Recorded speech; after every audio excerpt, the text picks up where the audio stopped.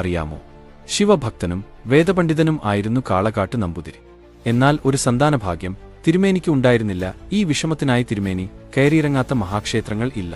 ഒരു ദിവസം ശിവൻ പാർവതി സമേതം വള്ളുവന്റെയും വള്ളുവത്തിയുടെയും വേഷം ധരിച്ച് കാട്ടിലൂടെ കളിച്ചും വേട്ടയാടിയും നടന്നു.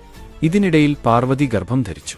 കരിമ്പൂരാടവും കർത്തവാവും ഒന്നിച്ചു വന്ന കർക്കിടമാസത്തിലെ ഒരു 3-ാം നാളിൽ ദേവി പ്രസവിച്ചു. കറുത്ത ശരീരമായാണ് കുട്ടി പിറന്നത്. എന്നാൽ കുട്ടിക്ക് ദിവ്യത്വമുള്ളത് ശിവനും പാർവതിയും മനസ്സിലാക്കി. ഭൂമിയിൽ ജനിച്ചതിനാൽ കുഞ്ഞിനെ കൈലാസത്തിലേക്ക് കൊണ്ടുപോകാൻ കഴിയില്ല, കാട്ടിൽ ഉപേക്ഷിക്കാനും കഴിയില്ല. കുട്ടിയെ പാലൂട്ടി വളർത്തണമെന്ന് പാർവതി ആഗ്രഹം പ്രകടിപ്പിച്ചു. അതിന് പരിഹാരമായി ശിവൻ ഒരു വഴി കണ്ടു. തന്റെ ഭക്തനായ കാളകാട്ടു തിരുമേനിക്ക് കുട്ടികളില്ല, കുട്ടിയെ നമ്പൂതിരിക്ക് നൽകാമെന്ന് തീരുമാനിക്കുന്നു.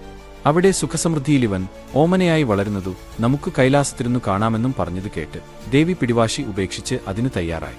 പിറ്റേന്ന് രാവിലെ കാളക്കാട്ടുമനയിലെ മുറ്റം തൂത്തുവാരുകയായിരുന്ന സ്ത്രീ പടിപ്പുരയിൽ കണ്ടത് വിങ്ങിപ്പൊട്ടിക്കരയുന്ന